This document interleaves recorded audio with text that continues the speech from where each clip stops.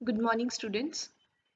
In the sequence of our topic model auxiliaries, we are going to do the model should in this video.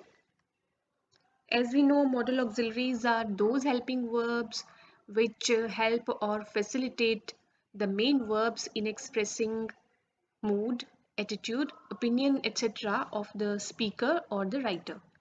So we have done can, could, may, might, must, and would. Now it is turn for should.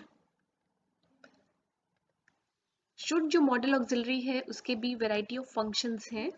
सबसे पहले let us take up the first function that should performs in a sentence.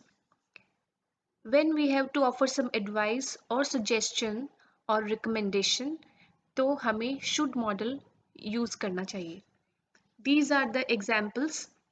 We should take exercise daily. किसी को सलाह देनी हो या सुझाव देना हो या एडवाइस करना हो किसी को तो हम शुड के द्वारा प्रकट करते हैं. इसमें बहुत ज़्यादा स्ट्रेंथ नहीं रहती है. मीन्स सामने वाले की चॉइस पे डिपेंड रहता है कि वो उसको क्या करना है क्या नहीं करना. हम सिर्फ इसमें सजेस्ट करते हैं या रिकमेंड करते हैं, अनुशंसा करते हैं किसी काम को करने की. इस प्रकार से you should take some rest now ये सजेशन है. You should take some rest now suggestion या एडवाइस कि आपको अब रेस्ट करना चाहिए.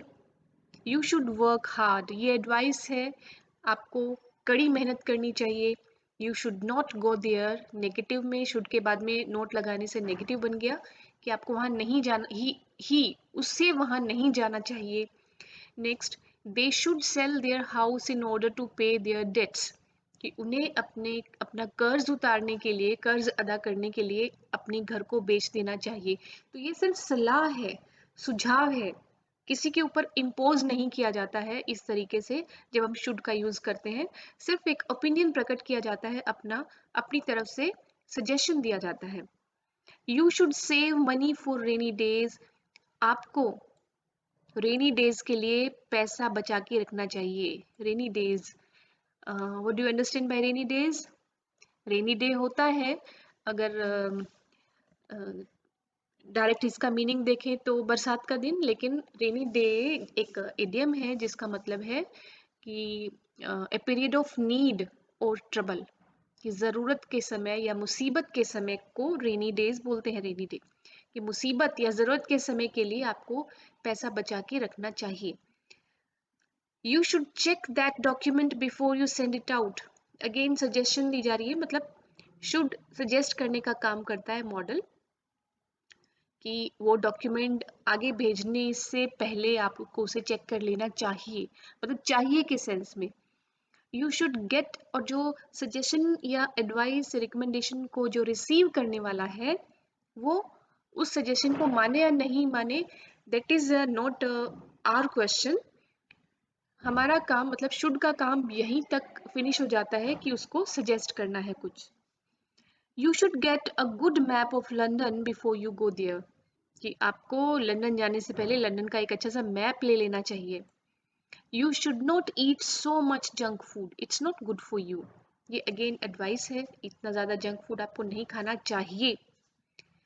James should not teach him words like those कि जेम्स को उस तरह के शब्द उसे नहीं सिखाने चाहिए. You should not smoke at all आपको बिल्कुल भी स्मोकिंग नहीं करनी चाहिए. He shouldn't encourage such bad behaviour उसे इस प्रकार के बुरे व्यवहार को एनकरेज नहीं करना चाहिए, बढ़ावा नहीं देना चाहिए. तो शुड एक ऐसा मॉडल है जो सिर्फ सजेस्ट करने का काम करता है. और भी यूजेस हैं लेकिन वो अलग तरीके से, जैसे कि हमने पहले ही किया है. मॉडल का काम होता है एटीट्यूड, ओपिनियन या मूड को प्रकट करने में मेन जो वर्ब है उसकी हेल्प करना. तो इस प्रकार से हम शुड का यूज करते हैं एडवाइस देने के लिए या कुछ सजेस्ट करने के लिए, या फिर कोई चीज अगर रिकमेंड करनी है तो उसके लिए. नेक्स्ट शुड का यूज हम करते हैं मोरल ड्यूटी या मॉरल ऑब्लिगेशन बताने के लिए. ऑब्लिगेशन होता है दायित्व या बाध्यता, और इसमें खास बात क्या है, ये ऑब्लिगेशन वाला जो ये जो टर्म है हमने मस्ट में भी किया था, शुड में भी किया है, लेकिन बात क्या है इसमें मोरल वर्ड की जो मोरल ऑब्लिगेशन आना मतलब नैतिक दायित्व या नैतिक कर्तव्य या नैतिक बाध्यता की यहाँ पर बात होती है नैतिक रूप से। यदि वो नहीं भी करते हैं तो चलो कुछ उसको किसी तरीके का फाइनेंशियल या फिजिकल या और किसी तरीके का पनिशमेंट नहीं मिलने वाला है, लेकिन जो शुड मॉडल है वो एक नैतिकता अपने साथ में प्रकट करता है, नैतिक कर्तव्य की बात करता है। The rich should help the poor, see the sentence, the rich should help the poor. If we erase it from this place, the rich help the poor, simple sentence बनता है कि जो अमीर व्यक्ति हैं, अमीर लोग हैं, वो गरीबों की मदद करते हैं।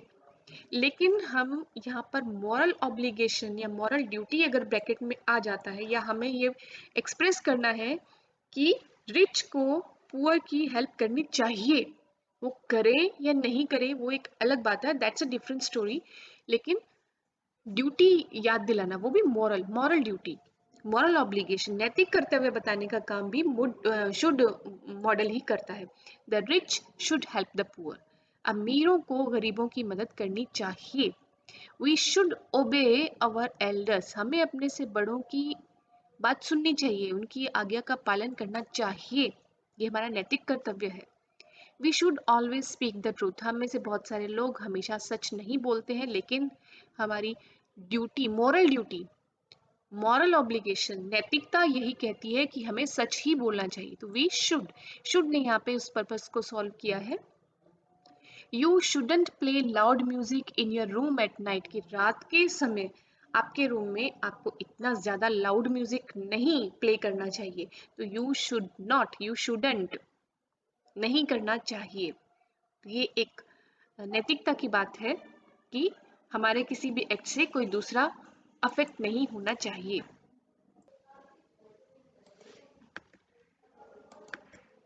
Next use of should is to express probability, expectation, assumption, deduction, or guess, or some probable condition or inference। means संभाव्यता अगर प्रकट करनी हो तब संभाव्यता या अपेक्षा या कोई धारणा या कोई गेस करना हो किसी रूल के आधार पर, तो उस समय भी हम शुड मॉडल का यूज करते हैं। प्रोबेबिलिटी होता है संभावना, या मतलब कोई सिचुएशन या कोई एक्शन जो कि संभावना है जिसके होने की। एक्सपेक्टेशन मीन्स अपेक्षा रखना कि ऐसा काम हो सकता है। अजम्पशन भी अवधारणा या धारणा होती है जिसको जिस धारणा के आधार पर हम बोल सकते हैं कि ये काम हो सकता है। Deduction, guess, probable condition, inference भी निष्कर्ष होता है जो हम कुछ एक ऑलरेडी एग्जिस्टिंग फैक्ट्स के आधार पर निष्कर्ष निकालते हैं। तो ये सब जो बातें हैं, ये सब जो नोशंस हैं, वो हम शुड मॉडल के थ्रू एक्सप्रेस कर पाते हैं। we'll better understand this concept with the help of these example sentences. First sentence is he should be at the theater, कि ये एक प्री एग्जिस्टिंग कुछ कंडीशंस के आधार पर ये अज्यूम किया जा रहा है, ये माना जा रहा है कि वो थिएटर में होगा। यहाँ पर चाहिए के सेंस में शुड नहीं है, ये ऐसा हुआ होगा के सेंस में हम शुड का यूज करते हैं। Next, he should reach here by 8:30, मतलब जितनी भी कंडीशंस हैं या सर्कमस्टेंसेस हैं उनको देखकर ऐसे लगता है कि वो 8:30 पर यहाँ पर पहुंच जाएगा, ऐसा लगता है उसको। 8:30 बजे तक उसे यहाँ पे पहुंच जाना चाहिए, because all the circumstances indicate that he will reach here by 8:30।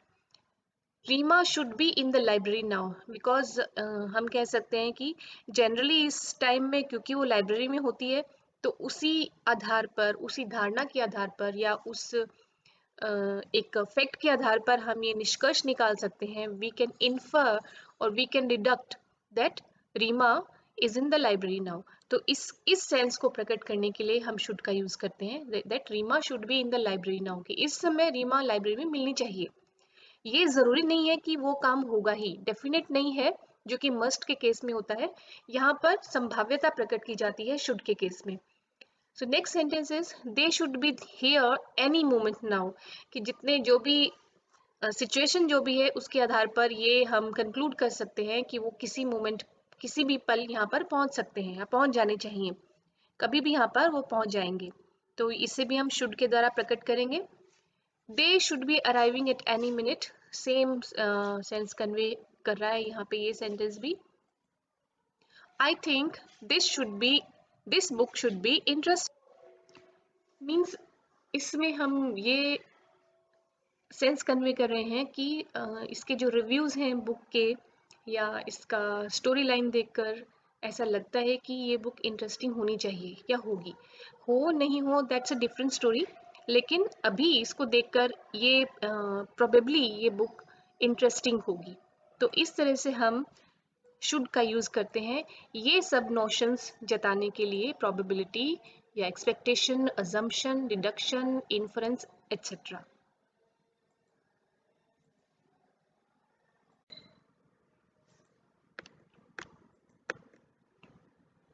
Some more examples.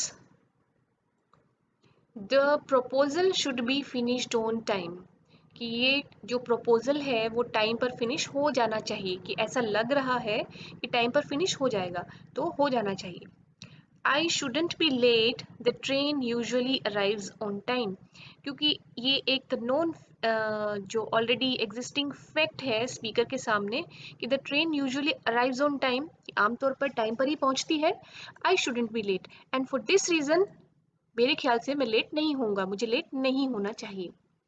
This coat should be about 5 months old, कि इसको देखने से ऐसे लगता है कि 5 महीने पुराना होना चाहिए, कि मतलब 5 महीने हो गए इसे पहनते हुए, ऐसा इसको देखकर लगता है। तो this coat should be about, ये गेस है या प्रोबेबल कंडीशन है।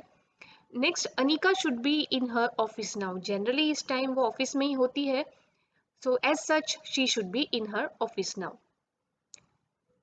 There should be an extra key for the lock in drawer, probability संभाव्यता यही है कि एक्स्ट्रा की, लॉक की एक्स्ट्रा की ड्रॉर में होनी चाहिए, क्योंकि जनरली वो वहाँ रहती है, तो एक की यहाँ पर भी मिलनी चाहिए ड्रॉर में। He should have reached by now, ये भी प्रोबेबिलिटी बता रहा है कि ऐसा लग रहा है या संभावना है कि वो इस समय तक पहुंच चुका होगा या पहुंच जाना चाहिए, पहुंच गया होगा।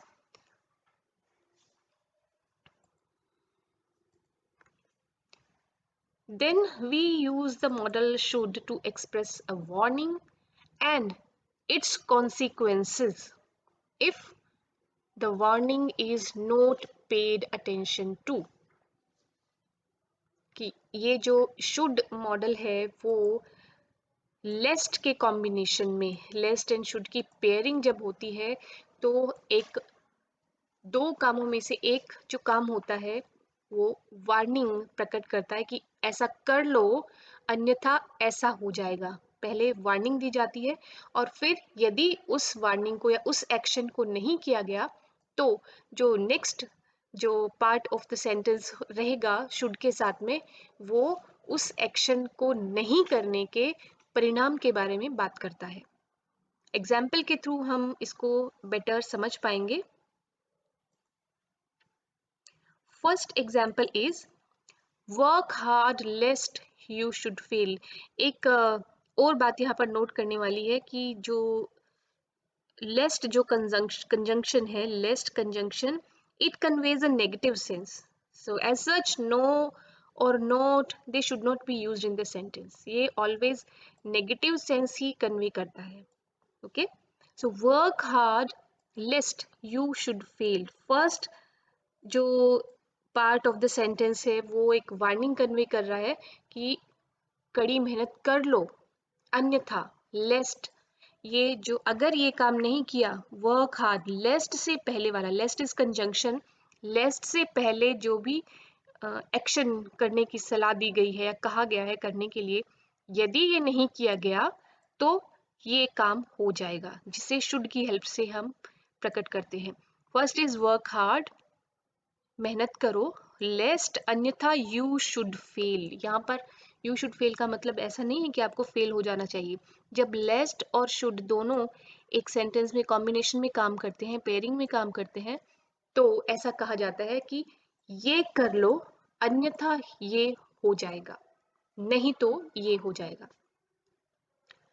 फिर से देखते हैं, वर्क हार्ड, मेहनत करो, नहीं तो आप फेल हो जाओगे। If you do something lest something unpleasant should happen, you do it to try to prevent the unpleasant thing from happening.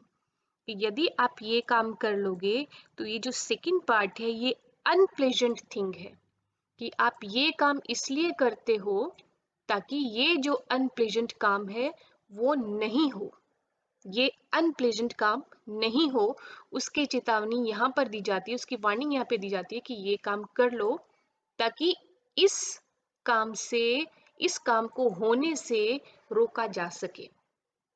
Next sentence, walk carefully lest you should fall. Walk carefully lest you should fall. Lest के साथ में कोई भी दूसरा model काम नहीं करता है, सिर्फ और सिर्फ शुड ही यूज होगा, और उसका अर्थ भी सिर्फ यही होगा कि ये कीजिए अन्यथा ये हो जाएगा। सो इस सेंटेंस में वॉक केयरफुली, केयरफुली चलिए, नहीं तो आप गिर जाओगे। ये काम करना इसलिए ज़रूरी है, टू वॉक केयरफुली इसलिए इम्पोर्टेंट है ताकि ये गिरने वाला जो एक्शन है इसको अवॉइड किया जा सके, इसको होने से रोका जा सके। So walk carefully lest you should fall. Be careful लेस्ट you should catch infection. ये जो हर सेंटेंस में you will see that the second part, ये जो सेकेंड जो कॉन्सिक्वेंस बताया ये सारे के सारे अनप्लेजेंट हैं, ये नहीं होने चाहिए। इन एक्शंस को, ये सेकंड पार्ट वाले एक्शन को, कंजंक्शन के बाद वाले एक्शन को होने से रोकने के लिए फर्स्ट पार्ट हो जाना चाहिए, फर्स्ट एक्शन हो जाना चाहिए लेस्ट से पहले वाला। Be careful लेस्ट you should catch infection. आप ध्यान रखिए, नहीं तो आपको इन्फेक्शन हो जाएगा, आप इन्फेक्शन कैच कर लेंगे। Next sentence, I was afraid to open the door lest he should follow me. मैं डोर ओपन करने से डर रहा था कि कहीं वो मुझे, मेरा पीछा ना करता हो, कि इसलिए मैंने डोर को ओपन नहीं किया। I was afraid to open the door, मैं डोर ओपन करने से डर रहा था, अन्यथा वो मुझे फॉलो कर लेता। तो ये नहीं तो ऐसा हो जाता या ऐसा हो जाएगा, इस सेंस में हम लेस्ट और शुड के कॉम्बिनेशन में इसको यूज करते हैं मॉडल शुड को। Work hard lest you should fail, मेहनत कीजिए कहीं ऐसा ना हो कि आप फेल हो जाएं। Walk carefully lest you should fall, ध्यान से चलिए कहीं ऐसा ना हो कि आप गिर जाएं। Be careful लेस्ट you should catch infection, ध्यान रखिए कहीं ऐसा ना हो कि आप इन्फेक्शन कैच कर लें। I was afraid to open the door, मैं डोर ओपन करने से डर रहा था। लेस्ट ही शुड फॉलो मी, कहीं ऐसा ना हो कि वो मेरे पीछे पीछे आ जाए।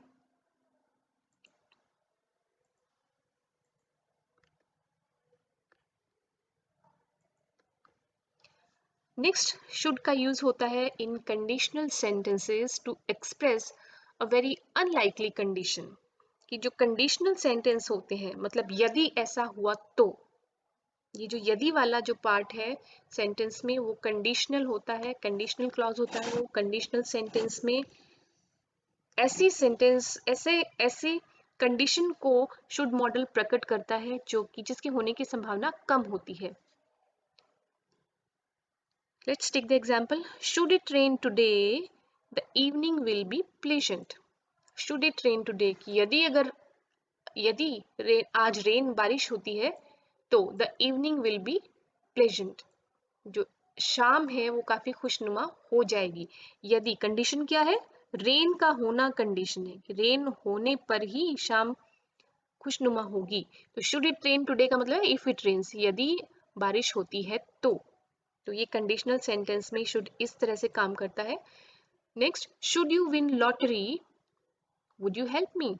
यदि आप लॉटरी जीत जाएं, जो कि बहुत ही अनलाइकली कंडीशन है, वुड यू हेल्प मी, तो क्या आप मेरी हेल्प करेंगे। शुड यू विन लॉटरी मतलब इफ यू विन लॉटरी, अगर आप जीत जाओ तो क्या आप मेरी हेल्प करेंगे। Then if it should rain there will be no picnic today, कि अगर बारिश होती है तो आज कोई भी पिकनिक नहीं होगी, पिकनिक पर नहीं जाएंगे। तो कंडीशन क्या है? रेन होने की। तो इफ इट शुड रेन, तो शुड ने यहाँ पर इस तरह से इस कंडीशन को प्रकट करने के लिए यहाँ यूज हुआ है।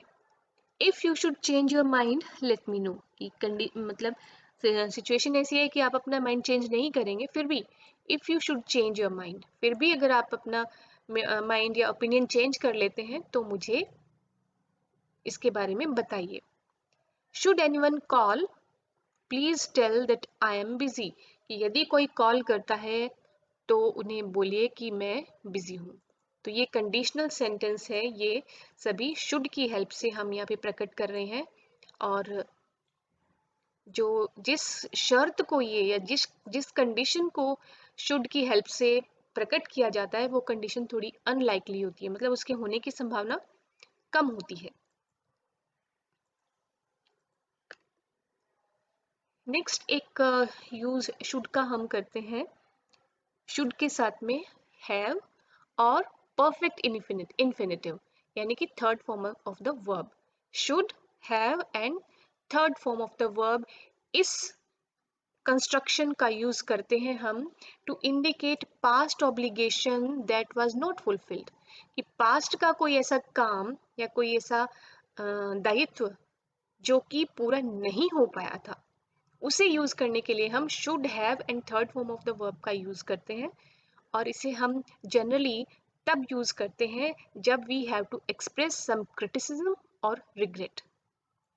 किसी क्रिटिसिज्म, आलोचना या पछतावे की अगर बात हम करते हैं कि कोई काम ऐसा हो जाना चाहिए था पर नहीं हुआ, कि पास्ट में कोई काम हो जाना चाहिए था लेकिन नहीं हुआ, उस रिग्रेट को प्रकट करने के लिए शुड मॉडल का यूज होता है in combination with have and perfect infinitive. Let us see the examples. You should have been more careful, आपको, यहाँ देखो शुड है, देन हैव है, एंड बी का थर्ड फॉर्म बीन, मोर केयरफुल, आपको और ज्यादा केयरफुल होना चाहिए था। मतलब इसका कंप्लीट मीनिंग क्या है कि आपको और ज्यादा केयरफुल होना चाहिए था पर आप नहीं हुए, you are not that careful. तो इस रिग्रेट को प्रकट करने के लिए हम should have been means should plus have and third form of the verb का यूज करते हैं। Next sentence is I should have helped him. See, if we erase this have here and we know कि should के साथ में always first form ही लगती है verb की, तो it will go like this, I should help him, मुझे उसकी हेल्प करनी चाहिए। मैं करूँगा या नहीं करूँगा ये अलग बात है, लेकिन ये सेंटेंस हमें मीनिंग कन्वे कर रहा है कि आई शुड हेल्प हिम, मुझे उसकी मदद करनी चाहिए। मेरा इंटेंशन है या मैं ऐसा सोच रहा हूँ कि मुझे हेल्प करनी चाहिए। लेकिन जब हम इस कंस्ट्रक्शन का यूज़ करते हैं शुड के साथ में have and third form of the verb help, ये यूज करते हैं तो मीनिंग चेंज हो जाता है, that I should have helped him, मुझे उसकी हेल्प करनी चाहिए थी पर मैं नहीं कर पाया या मैंने नहीं की। तो ये सेंस प्रकट करने के लिए हम should have and third form of the verb का यहाँ यूज किया, I should have helped him, मुझे उसकी हेल्प करनी चाहिए थी। तो एक रिग्रेट की फीलिंग है और एक ऐसा ऑब्लिगेशन, ऐसा काम जो हो जाना चाहिए था बट इट रिमेन्ड अनफुलफिल्ड, इस चीज को शो करने के लिए हम शुड का यूज करते हैं with have and perfect infinitive. So this was how we use the model should in speech and in writing. See you in our next video.